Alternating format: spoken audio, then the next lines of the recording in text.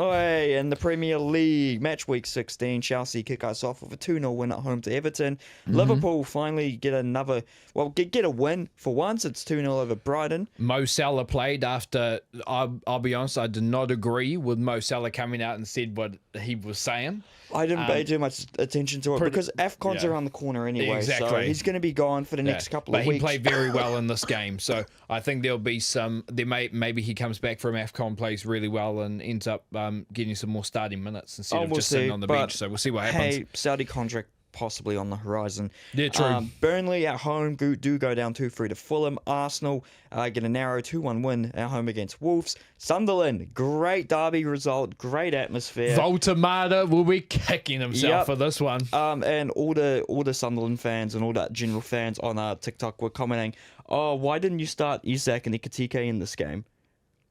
Because they were both, Isak being a former Newcastle player, and Ikatike supposedly would have joined Newcastle if he didn't go to Liverpool, which was quite funny. And there's this one Newcastle fan account who spent the whole preseason basically saying, "Oh, Sunderland spent £30 million on one player, all they're about to finish 19th. Like, oh, Sunderland are going to have the worst ever Premier League win ever." Sunderland genuinely have a chance to compete in Europe next year. They do. Newcastle were behind them, and they won't be happy because Sunderland have been excellent at home. The home advantage is really been. This is why, yes, you can talk. You can have your derbies and stuff, but man, this not being respectful that comes to bite you in the butt, man. And I think a lot of Newcastle fans since the takeover have gotten really ahead of themselves and kind of positioning themselves like they have been a big six club for so long. Well, let me ask you then, with that being said, do you genuinely think, because we are at that point in the Premier League, Christmas, everybody at Christmas looks like this is probably going to how the table's going to finish.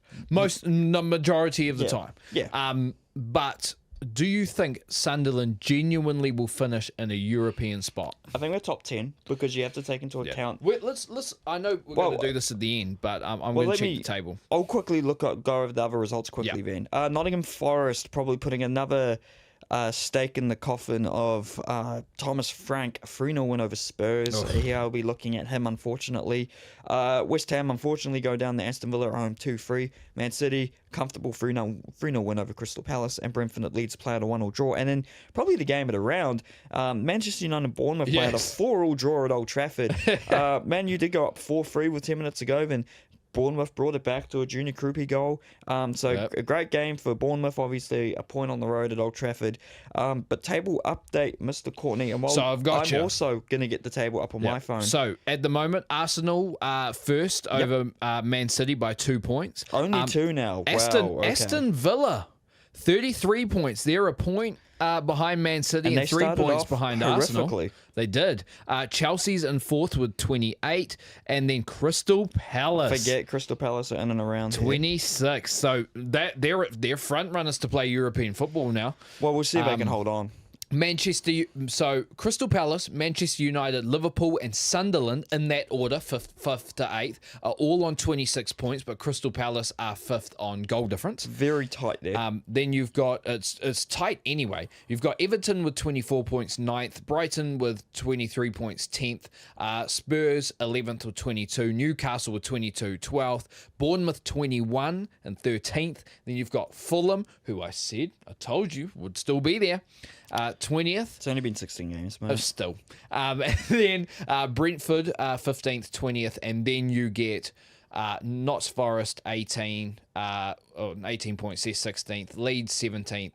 And then West Ham, 3 points behind that in the relegation zone. Burnley, 3 points behind West Ham. And then Wolves still have 2 points. No wins.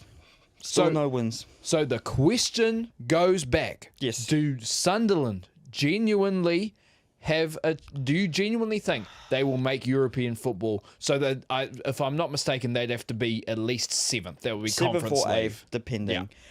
Because you have to take into account Man United and Liverpool probably aren't going to finish below them. They'll probably overtake Crystal Palace, in my opinion. You would think. And then you have teams below them. Newcastle and Spurs could always regain the form and go back up. And also, Brighton and Everton aren't no slouches. There's a reason that they're only just behind them as well. True, very true. But I don't think, Aston Villa have gone from strength to strength over the last couple of weeks. Yeah. I think, I don't know if they'll finish third. Unai Emery has built a squad I think Aston Villa. Chelsea will probably take a little bit of bite out of him. Arsenal are obviously they need to get every result off the ground because Man City are now already only 2 points behind them. I thought they were well behind them just a while ago, but no, they're not. So yeah, Sunderland definitely could. Crystal Palace definitely could, but it depends on how they... I know Sunderland have a lot of players out with the African Cup of Nations, so that might affect their on-field performance. But I think they could easily finish in the top 10, but they'll be safely away from relegation. And if they're lucky, they will be ahead of Newcastle at the end of the season. In terms of top goal scorers, there's been 16 games played. Erling Haaland already on 17 goals. Could you write it? Igor Thiago of Brentford on 11. And Hugo Ekitike is third on 7 goals, but he is equal with a number of other players. Danny Welbeck of Brighton, still doing it. Antoine Semenyo of Bournemouth. Jean-Philippe Mateta of Crystal Palace, and believe it or not, Phil Foden.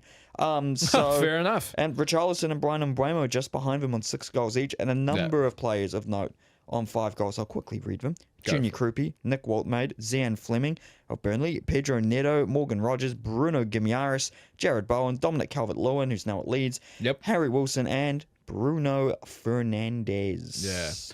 No, okay, just to end off the Sunderland conversation, like I genuinely hope both Crystal Palace and Sunderland make European football. That'd be great. But you are right. I think it'll be a tough task. I do think they finish top 10. There's still more than half the season to go. That is very true. I think they probably have to have a little bit of luck go their way. But they have been fantastic, especially for a team that's just been promoted, brought up. And the money they spent, they clearly spent wisely. And in an era where promoted teams in the last 2 seasons have spent just as much but have been relegated, the past 2 years for the top 3 promoted teams go straight back down. It is refreshing to see Sunderland, and it's also refreshing to see Leeds still out of the relegation zone for now, and also Burnley obviously 10th, but they're 8 points clear of last. Although I knew this Wolves team was going to be they've got 10 great. points. They're 19th, and but no, it's very that's very true. It's very interesting, and it will be a very busy period for the Premier League coming into the holiday season. Games on in and around Boxing Day, games on New Year's. So there'll probably be late night English games, early morning games here. So just turn on Sky Sport.